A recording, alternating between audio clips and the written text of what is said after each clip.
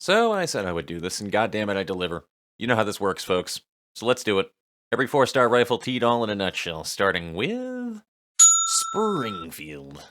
Now let's get one thing straight. I am an American, which means that of course I will immediately simp for some good old-fashioned American real steel hardware, baby. Springfield is a classic bamboo-style rifle that you will probably get your hands on quite early in the game.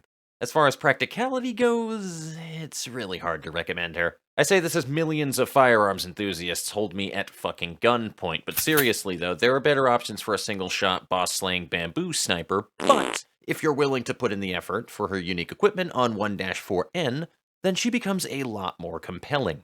Aside from that, she's really just a prize based on an iconic rifle we all know and love. So if you're in the market for a good old American-style big titty Onasan, then Springfield has got it covered. Woo!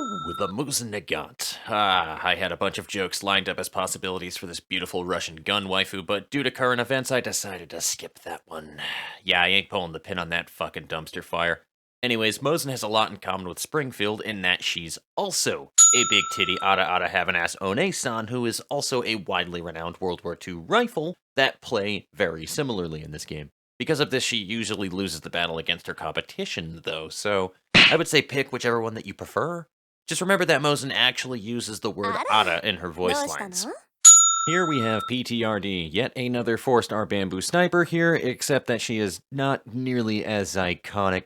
Actually, you know what? I think this is actually the 50 cal sniper rifle they used in Sword Art Online Alternative. Oh, god damn it. I hate that I made that comparison.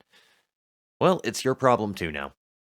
The Sniperskaya Vintovka Sistemia Dragonova. I am pretty sure that I have fucked that up 9 ways to Sunday, but it is better known as the SVD or the Dragonov to non-native Russian speakers. To give you the most basic assessment of her, she is the UMP-45 of 4-star rifles. She will kick the absolute ass out of enemies as a rate-of-fire boosting rifle and can easily hit the rate-of-fire cap. Put her in a team with Wa2K and watch as a bunch of heavily armored Sanctus Fairy fuckboys get turned to pieces in seconds. An absolute powerhouse, I assure you. The chemical composition of PSG-1 can be described as 70% bamboo sniper, 20% fishnet stockings, and 10% bondage.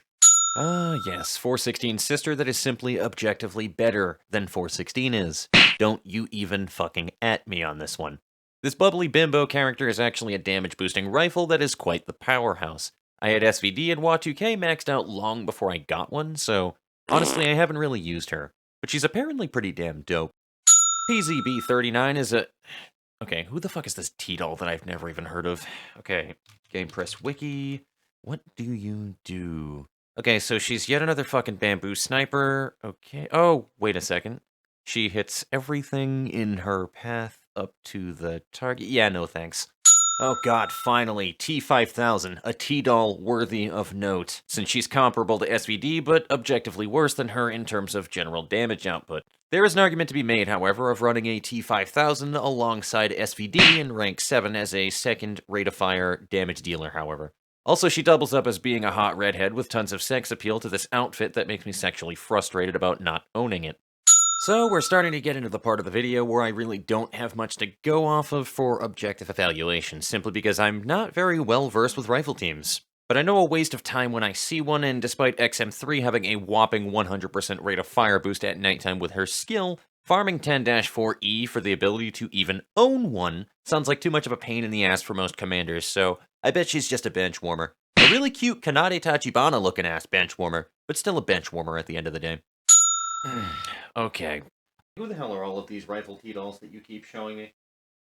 Read the wiki. Okay, fine. Okay, fine.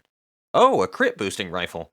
So she probably has synergy with rate of fire. Oh, hey, she's actually pretty damn good considering the wiki says on par with SVD, so she gets a gold star for the day.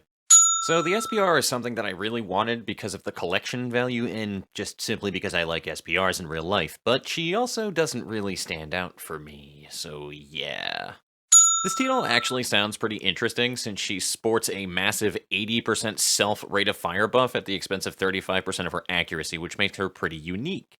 You might think this sounds like a shitty trade-off, but if you're running rifle T-Dolls explicitly for night battles, then accuracy doesn't really matter when you're going against armored targets, so she actually performs pretty scarily at nighttime.